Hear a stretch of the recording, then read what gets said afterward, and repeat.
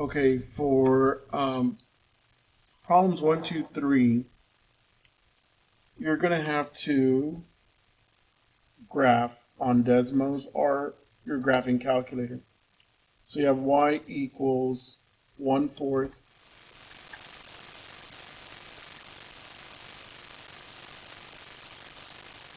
raised to the x power. So make sure that you have this exponential graph. Make sure you show it on your paper. And so that's number 1. Number 2, you notice that we have a negative 0.1 and we have raised to the power x, and it's a reflection.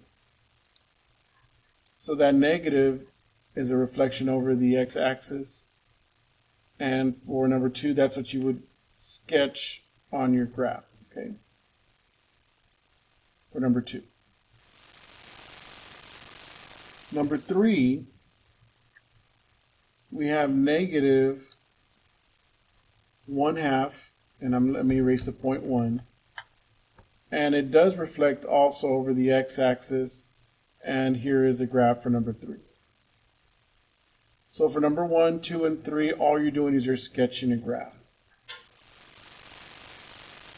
Problems 4, 5, and 6, what you're doing is you're gonna graph, and I decided to let you use the Desmos calculator tool.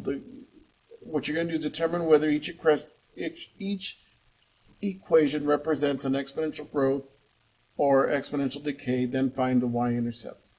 And of course, I've given you the answer for 4, 5, and 6. For number 4, we know it's decay, and all you have to do is look at it's inside the parentheses and at the fraction. If it's less than 1, it's going to be decay.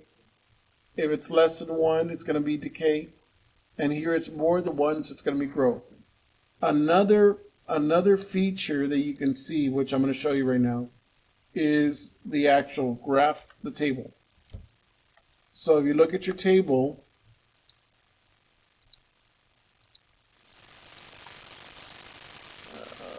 let me do this again. So I have f of x equals, and I'll say y.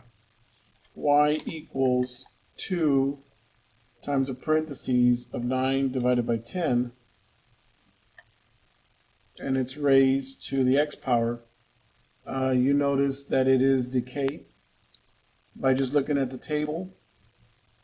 You see the values as x gets larger, the y value gets smaller.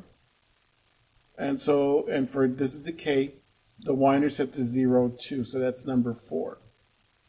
Number 5, I'm going to go ahead and write down the equation y equals 4.1 times 0.72, that's less than 1, raised to the power x, and you notice that is a decay. And by looking at a decay model, so by looking at when x is approaching a very large number, you know that the y value is approaching 0. By the way, it never crosses x. It never crosses x equals 0. That is an asymptote. Y equals 0. That's an asymptote. So we have this is decay. The y-intercept is 0, 4.1. Number 6 is an example of growth. So we have y equals 9.2 times 2.3 raised to the x power. You notice it. This is growth. If you look, as x is getting larger, so is the y value. We still have a horizontal asymptote at y equals 0. So those are the answers for 4, 5, and 6. If we look at 7, 8, and 9,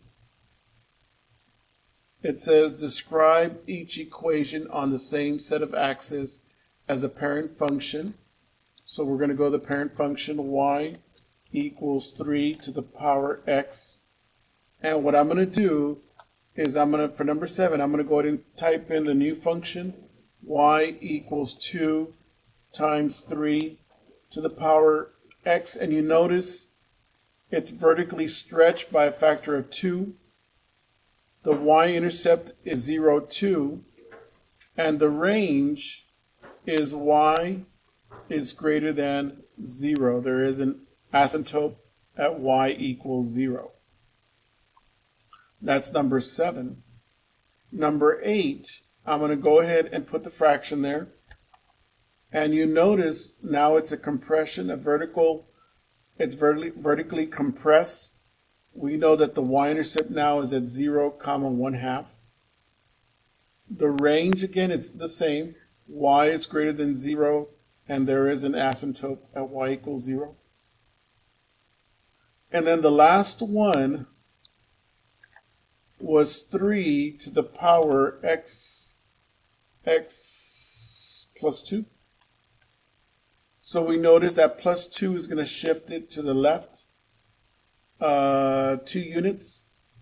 We know that the y-intercept is 0, 9. And we also know that y is greater than 0 for the range. And the asymptote is y equals 0.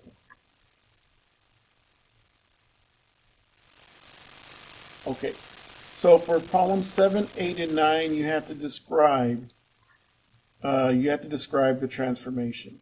And there it is.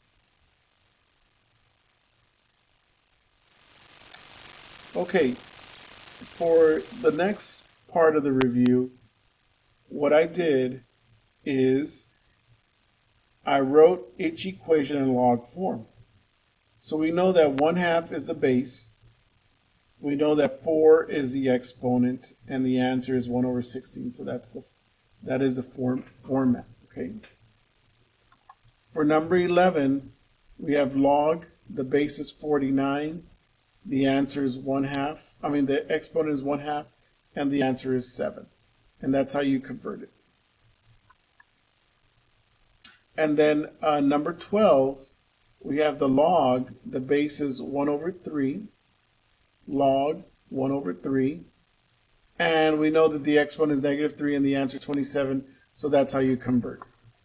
Now 13, 14, 15, 16, 17, 18. 13 through 18, you have to evaluate each logarithm.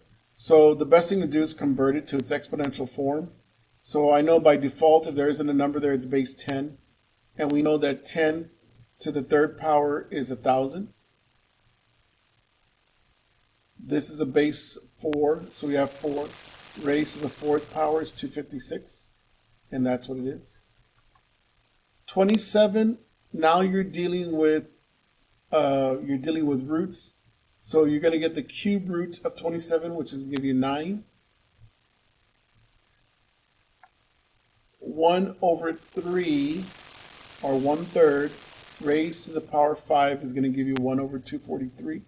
But since you want it to be 243, you're going to have to add that negative there, introduce a negative here. So that gives you the reciprocal, so which is going to be 243. And then 7 and 18, what I did is I used a calculator, and I just started guessing and checking. So it's 125 raised to the 4/3 power is equal to 625. And 8 to the 5/3 is equal to 1/32. What I did is I got the cube root of 125, which gave me 25.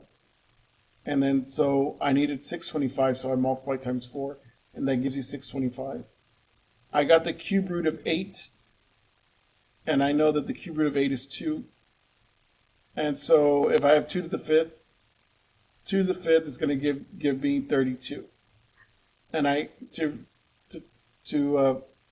there's an error here. I meant to say the cube root of 125 is 25, and 25 to the 4th power is 625. That's how I figured it out.